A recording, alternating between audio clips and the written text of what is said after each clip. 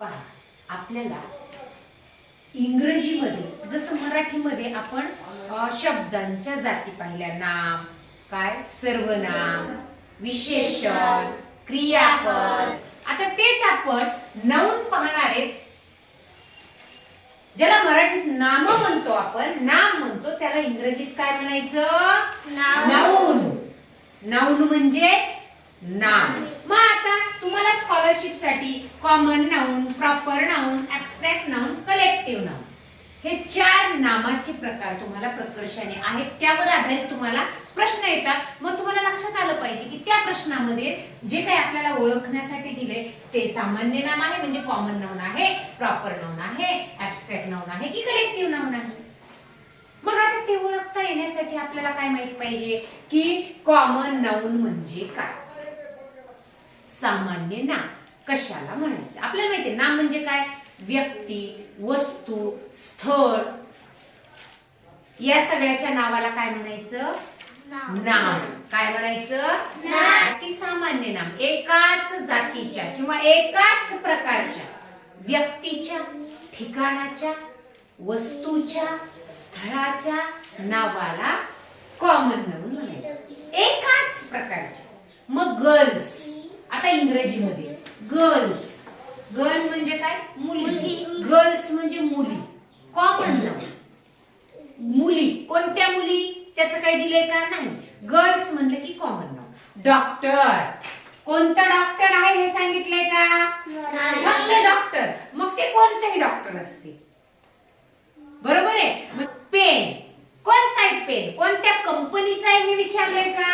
नाही. मग पेन म्हणजे मग तो कोणत्याही कंपनीचा असेल, तुम्ही जे जे वापरता त्या त्या प्रकारचे विविध प्रकार, एकाच प्रकारचे. शिखर, त्याला मराठीत म्हणतो माउंटन.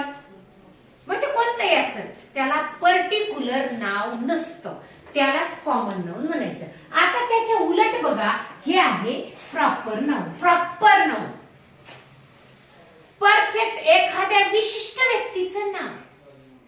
अमृता, कोणती अमृता, तर जगताप अमृता. आरवी, कोणती पर्टिक्युलर. आरवी म्हणजे आपण सायलीकडे बघणार का? नाही बघणार. आपण कुणाकडे बघणार? आरवीकडेच, म्हणजे प्रॉपर नाउन. पाटेगाव, पाटेगावला मला जायचे. कोणत्या गावाला जायचे? पाटेगाव. मी मुगगावला जाणार का? कुठे जाणार? म्हणजे प्रॉपर विशेष नाम, पर्टिक्युलर मी त्याच गावाला जाणार, बरोबर आहे. मी लाल रंगाच्या खडूने लिहिले. कोणत्या खडूने? लाल. म्हणजे प्रॉपर झालं, ते विशेष नाम म्हणजे विशिष्ट प्रकारचं वस्तूचं जे नाव असतं त्याला काय म्हणायचं? Proper noun. ते मुली, आता डॉक्टर, इथे झालं हे डॉक्टर काय, कॉमन नाउन. पण कोणते डॉक्टर, ते त्यांचं नाव असेल तर ते पर्टिक्युलर ते नाव झालं. जसं मी विलेज, हे कॉमन नाउन. पण विलेज म्हणजे गाव, गाव म्हणजे कोणतं? पाटेगाव. विलेज झालं, हे विलेज झालं कॉमन नाउन. पण विलेज कोणतं, तर पाटेगाव, हे झालं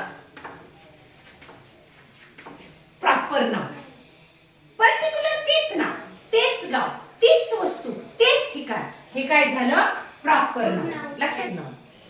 ऍब्स्ट्रॅक्ट नाउन, ऍब्स्ट्रॅक्ट नाउन म्हणजे भाववाचक. आपण मराठीमध्ये बघितलं, आपल्या मनातील भावना, दुःख, आनंद, काय ज्या भावना असतील, भाववाचक म्हणजे मी त्याला स्पर्श करू शकत नाही, ती फक्त मनामध्ये आपण जाणवू शकतो, त्या भावना आपण फील करू शकतो.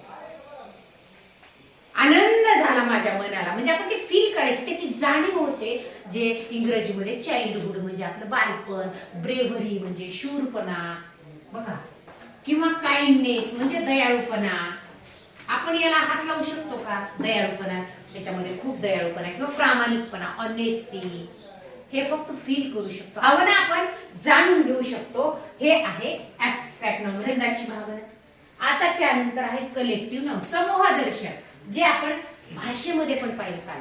समूहदर्शक कशाला म्हणतो? किल्ल्यांचा जुडगा, त्यालाच इंग्रजीमध्ये म्हणायचं कलेक्टिव्ह नाउन. मेंढ्यांचा कळप, भाकऱ्यांची चवड, त्यालाच इंग्रजीमध्ये म्हणायचं बंच. बंच म्हणजे जुडगा. Bunch of grapes, bunch of keys म्हणजे किल्ल्यांचा जुडगा. फ्लॉक, FLOC केले. म्हणजे या पद्धतीने बघा, तुम्हाला कॉमन नाउन म्हणजे या पद्धतीचे, प्रॉपर नाउन म्हणजे इथं फक्त कॉमन येणार, त्याचं विशेष पर्टिक्युलर नाव असणार, त्या गावाचं, शहराचं, शिखराचं काय जे असेल ते त्या पद्धतीनं.